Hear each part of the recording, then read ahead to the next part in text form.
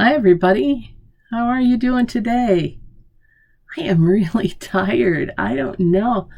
I guess I stayed up too late or something. I don't know, even remember what I was doing.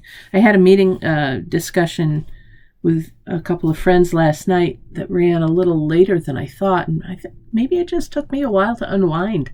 I don't know, but I slept fine, but I'm looking at myself now going, God, you look like you've been rode hard and put away wet or something, eyes are puffy and whatever. So don't worry, I feel fine, just a little weary.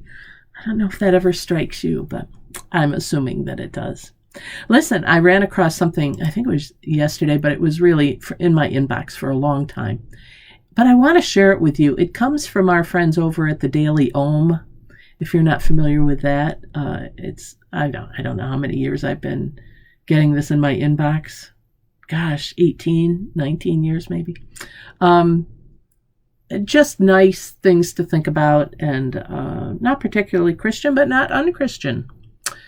This one is called The Flow of the Universe, and I'm going to read it because I don't need to elaborate on it, but we can talk about it. It's just 4 paragraphs here.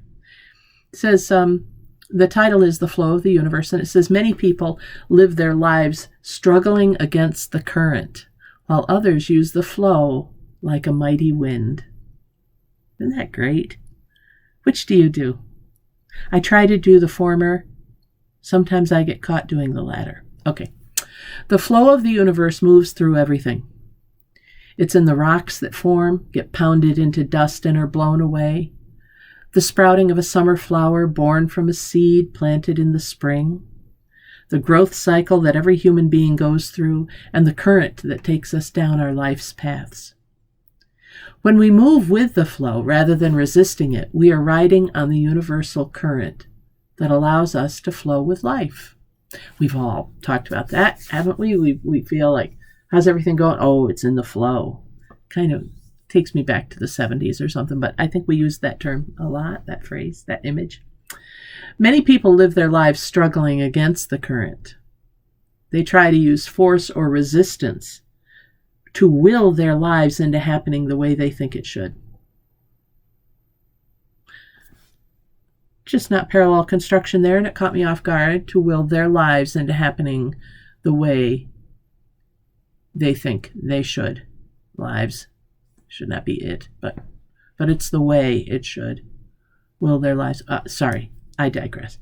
Others move with this flow like a sailor using the wind, trusting that the universe is taking them exactly where they need to be at all times. Isn't that great? Trusting the wind is going to take us exactly where we need to be at any given time. In our case, the wind, the holy ruach, the Hebrew, the ruach, the breath of God, or the Holy Spirit. This flow is accessible to everyone because it moves through and around us. We are always riding this flow. Think about that, blowing through us. It just makes me want to open up all of this, all my pectoral muscles and my sternum, and just, it's just a matter of whether we are willing to go with it or resist it. Tapping into the flow is often a matter of letting go of the notion that we need to be in control at all times. The flow is always taking you where you need to go. It's just a matter of deciding whether you plan on taking the ride or dragging your feet. I'm not going to comment on that one. Learning to step into the flow can help you feel a connection to a force that is greater than you and is always there to support you. Let me say that again, because that's kind of like prayerful pause, recognizing a time when there's to think about something greater than we are. Learning to step into the flow can help you feel a connection to a force that is greater than you and is always there to support you. The decision to go with the flow can take courage because you are surrendering the notion that you need to do everything by yourself. Riding the flow of the universe can be effortless, exhilarating, and not like anything that you have expected. When you are open to being in this flow, you open yourself to possibilities that exist beyond the grasp of your control. As a child, you were naturally swept by the flow. Tears of sadness falling down your face could just as quickly turn to tears of laughter. Just the tiniest wave carrying you forward off the shores of the ocean could carry you into peals of delight. Our souls feel good when we go with the flow of the universe.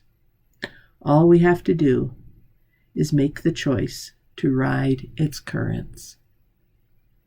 Isn't that great? Boy, there's so much in here, isn't there? I'm not even going to try to ask you to respond. I know you'll just take it with you during the day. I'm coming back here to that sentence that I had trouble with. I just need to look at that grammatically again. And I guess it's okay. Because it was singular. Anyway, never mind. Now you're getting into the deep recesses of my mind, which is a dangerous place to go. But seriously, this whole thing about being with the flow, just throwing up your hands, I've mentioned it before, it's like riding on an inner tube down the rapids or something. I feel that way in my life sometimes. In some ways, I feel that way about life changes right now for me. I think many of us feel that way around COVID. We haven't been able to control anything. We've just had to pull in our arms and legs and ride the inner tube down the river. And sometimes we get caught up over here in the marsh, and sometimes, we can push off and we're back out and we're just kind of doop, doop, doop, doop down the river. And other times we hit the rapids. But we know that we can't tell where we're going when we're in that inner tube. If we could fly above, if we could be in a hot air balloon or have a drone above us, we could see where the river's going to take us, but we can't. God can, but we can't. So we just have to trust the flow and know that no matter where we are being carried on that, and that ultimately we end up in the ocean of God's love.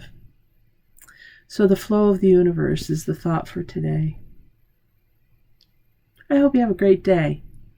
Think about the flow, no matter what's going on around you, if you're with family or friends, or if you're by yourself, if you're reading, if you have to run errands, if you have to go to the doctor, if you're talking with friends. Where is the flow carrying you? Even if you're just by yourself, what's happening emotionally with you today? Thanks for joining me for this prayerful pause with the pastor, and I'm Pastor Deb Swift of South Presbyterian Church in Rochester, New York. I look forward to our next time together. I hope you have a blessed day, that you take care, that you stay healthy.